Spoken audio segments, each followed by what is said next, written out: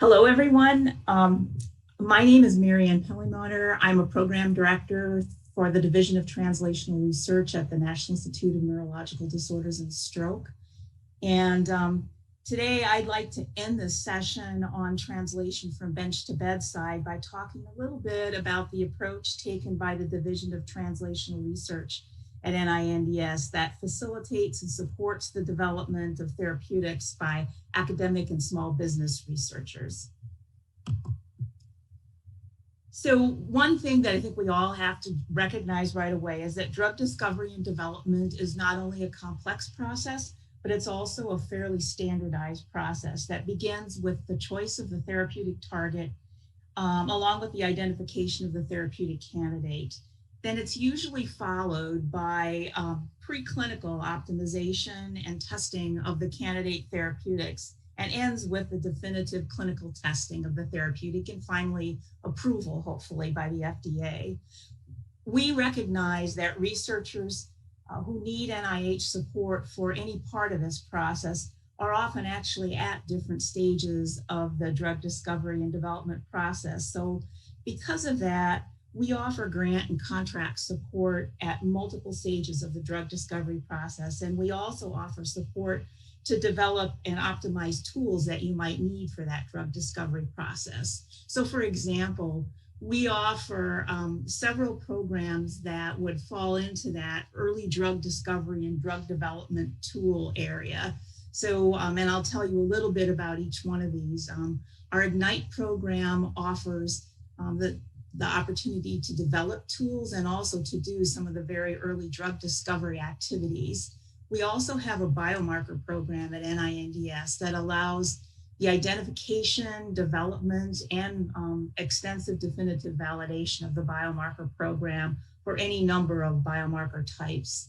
And then we also offer 2 screening programs for efficacy. One is specifically focused on epilepsy therapy screening, and the other is focused on screening for pain therapeutics that are non-addictive. And again, I'll go through them later.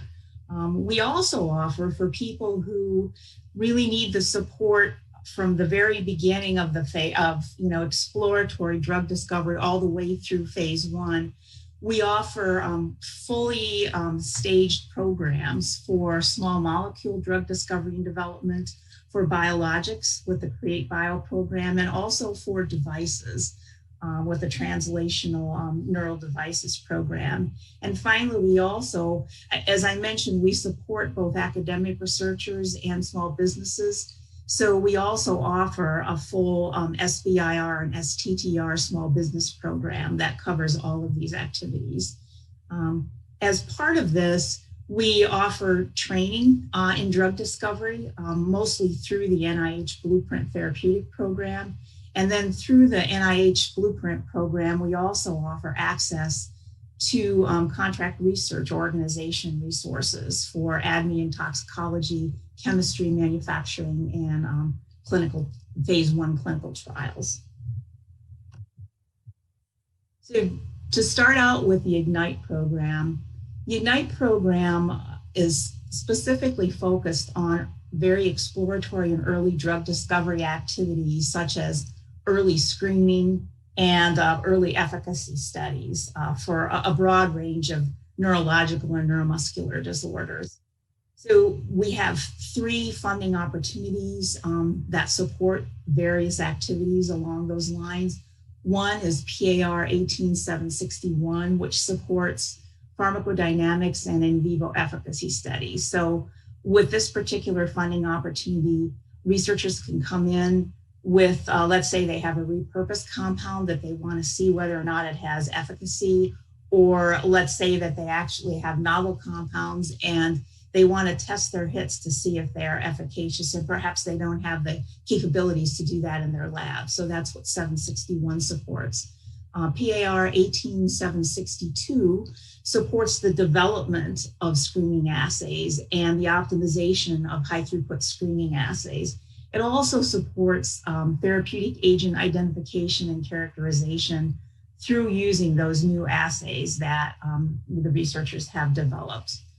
PAR 18-763 supports the development and validation of translational model systems. And this can be animal models. It can also be ex vivo pluripotent stem cell models. And it also supports, finally, the development of pharmacodynamic markers for drug discovery that would go along with their therapeutic. All of these particular types of funding opportunities are milestone-driven grants where the first phase is allowed to be completed, but milestones have to be completed by the end of this first phase in order to move to the second phase. And the contact for that particular program is Rebecca Roof, and her contact information is at the lower part of the lower middle of the slide. Then another program that supports the early activities for drug discovery, specifically the development of drug development tools, is the NIH Biomarker program. This program has 3 funding opportunities also that support different phases of biomarker discovery, detection method develop, and validation of the biomarker. And again, this program is fairly agnostic to different types of neurological disease. Like the IGNITE program, it's just important that the disease area or therapeutic area is within the mission of NINDS or any signed on institutes along with these grants. So the discovery of biomarkers and biomarker signatures for neurological and neuromuscular disorders, PAR 19-315, supports the identification, the ability to develop the detection method, and to obtain pilot proof of concept for the new biomarker. The analytical validation funding opportunity announcement, PARs 18-550 or 18-549, supports activities such as determination of the precision, the sensitivity, the stability of the detection method in a real world setting. So it supports definitive analytical validation of the detection method. It is, I should have mentioned, PAR 19-315 is R61, R33's phased mechanism, like the IGNITE funding opportunities. The analytical validation funding opportunity is a cooperative agreement called a U01 or a U44 if it's small businesses that are applying. That has, all of these have milestones that drive progress. In other words, people need to meet these milestones in order to get funding for the next phase in the case of 315 or for the next year in the case of this analytical validation program. Finally, the third funding opportunity is for clinical validation of the biomarkers. With that one, activities that are supported are to determine the clinical sensitivity, the clinical specificity, positive predictive value for the biomarker in a real setting. In other words, this particular funding opportunity supports the definitive clinical validation to the point where it is ready for approval by the FDA, qualification by the FDA, or to be actually used in clinical practice or in clinical trials. I also mentioned testing platforms for efficacy. One is specifically focused on epilepsy. It's called the NINDS Epilepsy Therapy Screening Program, or ETSP. The goal of this screening platform is to facilitate the discovery of new therapeutic agents to address the unmet medical needs in epilepsy. It's built on a strong foundation of rodent anti-seizure assays that are performed by world-class epilepsy preclinical researchers, and at no cost to the participants, so no cost to the applicant. This new name that it has, it changed its name recently, was meant to focus away from specifically just anti-seizure therapeutics to now focus on drug-resistant epilepsy and expansion into areas of disease prevention and modification. It's open to academic or industry asset owners worldwide, and it allows in small molecules, biologics, and natural products. The contact person on that program, that efficacy screening program, is Dr. Brian Klein, and his information is below. The NINDS preclinical screening platform for pain has some similarities in terms of the types of things that it supports. Its focus, though, is to accelerate the discovery and preclinical development of non-opioid, non-addictive treatments for pain, and it is part of the HEAL initiative. Activities that are supported in this program are to screen assets, profile them, and to validate them, or models even. It allows in and has rigorous validated models and endpoints that are relevant to human pain conditions. So those are the types of models that are part of the screening program. It's open to academic or industry asset owners worldwide also. And it, like ETSP, it supports small molecules, biologics, natural products, and devices that are within the scope of the program. And it also is available at no cost to PSPP participants. The contact person for this program is Dr. Smriti Ingar, and her contact information is below also. Now to move on to some of the programs that we offer that are full programs of drug discovery and drug development. So if a scientist, an academic researcher, or a small business would prefer actually to have the entire process from drug discovery through lead optimization through phase 1 clinical testing all done with the same grant, then it's appropriate to apply to the Blueprint Neurotherapeutics Network, which I should mention focuses specifically on small molecule therapeutics. So the basis of this program is really the person who has the NIH grant to do this. Once the NIH grant is awarded to the researcher and their team, a lead or product development team is formed around them and their team. And this lead product development team consists of industry seasoned consultants. These are people who had very senior level positions in large or small pharma and who are now acting as consultants. They have expertise in many areas. We have consultants with expertise in medicinal chemistry, pharmacokinetics, toxicology, people that have expertise in manufacturing and formulation, and then also clinical trialists.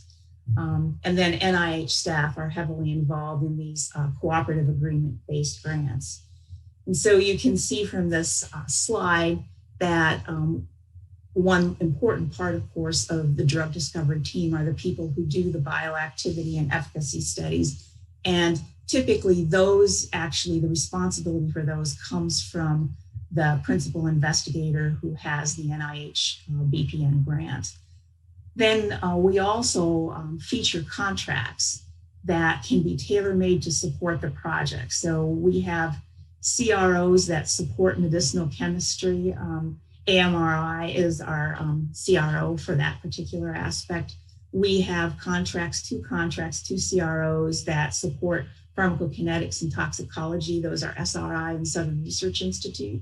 We also offer a data management program that centralizes all of the data. It's CDD is the company.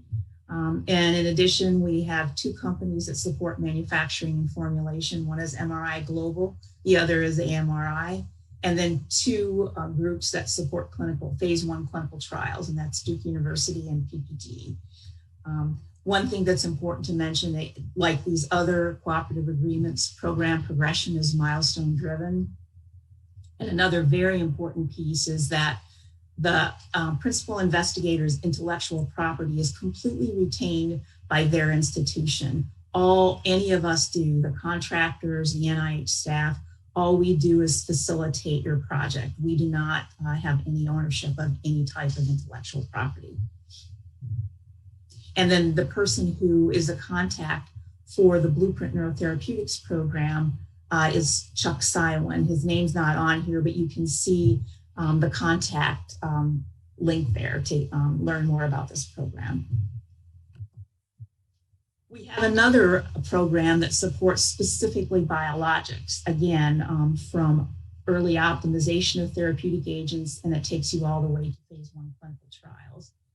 This is called Create Bio, and it supports the optimization and development of a number of modalities: peptides, proteins, oligonucleotides, gene and cell therapies. And again, it just The project just has to be within the mission of NINDS. So again, disease agnostic as long as you're within the mission of NINDS. There are two types of funding opportunities with Create Bio. One supports optimization of therapeutic agents, and there is a U01 cooperative agreement version of that for academic researchers, and a U44 cooperative agreement version for small business entities. And this is the same as with Blueprint Neurotherapeutics. They also, Create Bio also has a specific development funding opportunity, same way cooperative agreements for either academics or small business researchers. And this one supports specifically IND enabling studies and early phase clinical trials. And so the researcher has two options in terms of where to apply, depending on where their particular project is. The end goals of this program for optimization are to characterize and select a lead candidate, and for the development funding opportunity to submit an IND application and or conduct phase 1 trials. The contact for this particular program is Chris Boshoff, and his contact information is at the lower middle of the slide. And then the final program I wanted to talk about, which also offers support from initial optimization through clinical trials, is focused on devices. So it's the NINDS device program. The goal of that program is to support the development, optimization, and translational activities, plus small clinical studies involving therapeutic and diagnostic devices, again, for disorders that affect the nervous or neuromuscular system. So disease agnostic again, but has to be within the mission of NINDS. And here with this particular slide, you can see where the funding opportunities fall in the general progression of development of devices. So to support the early stages for device development, there are NINDS exploratory research grants, and there's an NSF NIH Smart and Connected Health program, and bioengineering research grants that all support those early stages of concept generation and device development. Once you get to the device optimization and going through to the clinical trials and first in human, there are bioengineering research partnerships that are cooperative agreements, U01s, and then there's also a program called Translational Neural Devices that, similar to the other programs I talked about, have academic UG3, UH3 type cooperative agreement programs or U44 cooperative agreements that are specifically for small businesses. And those support, this entire gamut of going from device optimization to first in human. And then once in this particular program, once the IDE or wherever the principal investigator wants to take this with the FDA, once that's done, they can conduct exploratory clinical trials through the PAR that's listed, or they can join clinical trial networks that are run through our department, our division of clinical research at NINDS, either the NeuroNext program or the StrokeNet program. So the person who's a contact for this program is Nick Langhals, and his contact information is at the bottom of the slide. So that is the end of my presentation today, and we would really be happy to answer any questions you have. And if you think of questions later, please look at the contact information at the bottom of the slides. We're all very happy to talk to you. It's really always a good idea to explore your idea with us, those of us who are listed on these funding opportunity announcements. We're happy to talk to you. So anyway, thank you for your attention.